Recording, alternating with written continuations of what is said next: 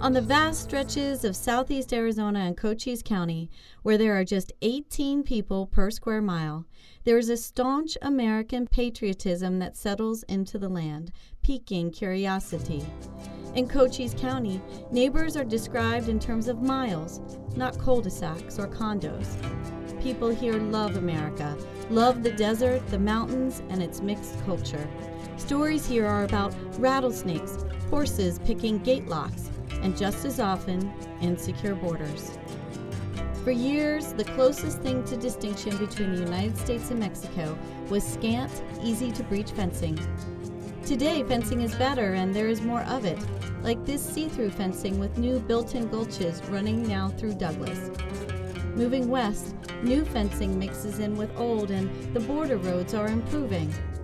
Border Patrol is around often in these parts where there are roads, fences, and surveillance, and of course, the largest of the Border Patrol stations located in Douglas. But the illegals still cross here, and it can be any time of day. On the Mexican side of the fence, the smugglers have worked to ease access with roads that run obvious and parallel to the fence. This is Los Corrales, about 4 football fields from where the new fence temporarily stops. Old and run down, it has been used for years to hold illegals before their last run for this fence. But like border roads and trails obvious from the U.S. side of the border, there is nothing unclear about its purpose, according to locals.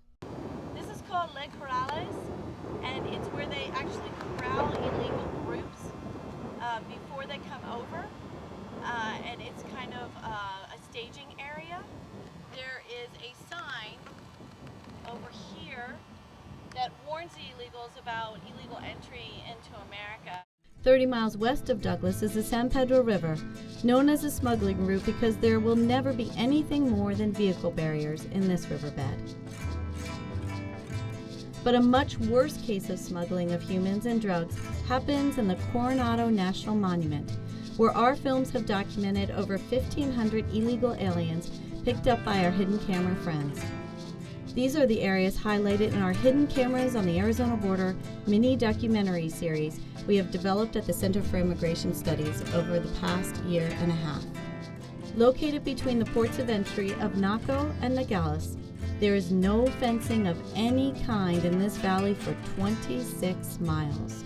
Hundreds of routes thread through these mountains, and the Border Patrol like these are limited by steep grades, little access, and no infrastructure at all to discourage illegal entry here. About how many miles is this stretch that we're looking at right now? Do you have any idea? From the set of mountains, the far set of mountains. Yeah. 26 miles. So this is 26 miles, and the only thing here is vehicle barrier, and this is from Naco Station, and then far to the west is Nogales, beyond where we see the mountains at this point.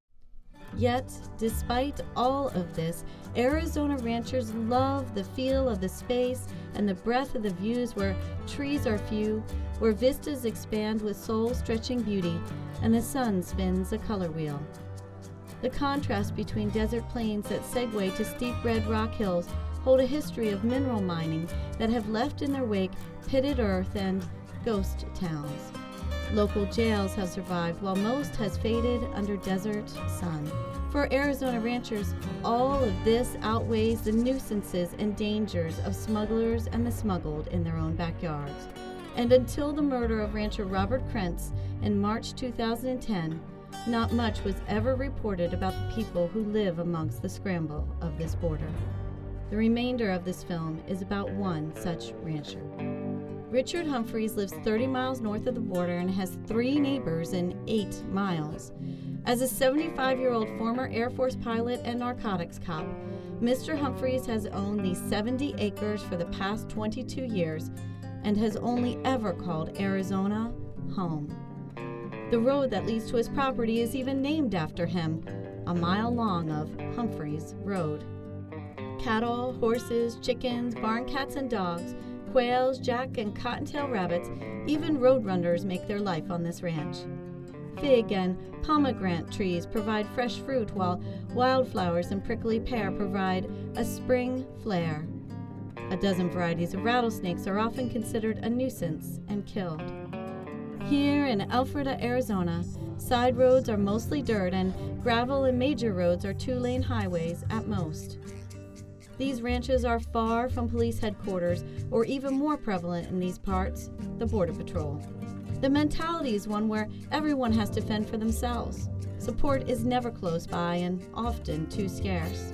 Property gates are always locked and low barbed wire fence is always in place. Ranchers commonly deal with illegal aliens in person in the way the rest of the country only sees on a TV screen. A few months ago, I had the opportunity to spend a couple of days with Mr. Humphries at his ranch in Alpharetta, Arizona. This is his story about real life on the border, his incredible interactions with illegal aliens, his views of the Border Patrol, and the Watchtower he built to deal with it all.